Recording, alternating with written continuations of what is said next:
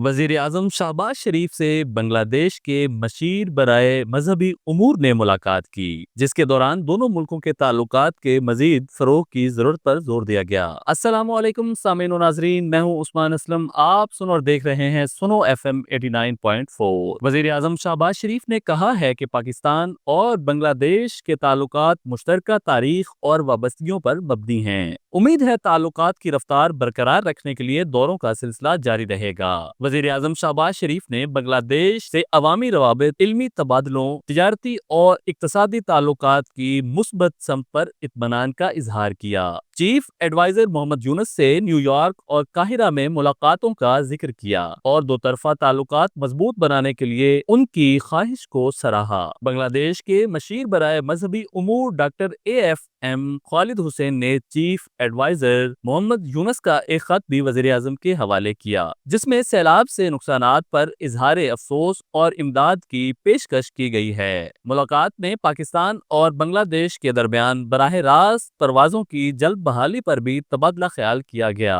वजीर आजम शहबाज शरीफ ने chief adviser Mohammad Yunus को पाकिस्तान के दौरे की दावत का इआदा किया। बांग्लादेशी मशीर ने भी वजीर आजम को दौरा की सरकारी दावत भी दी।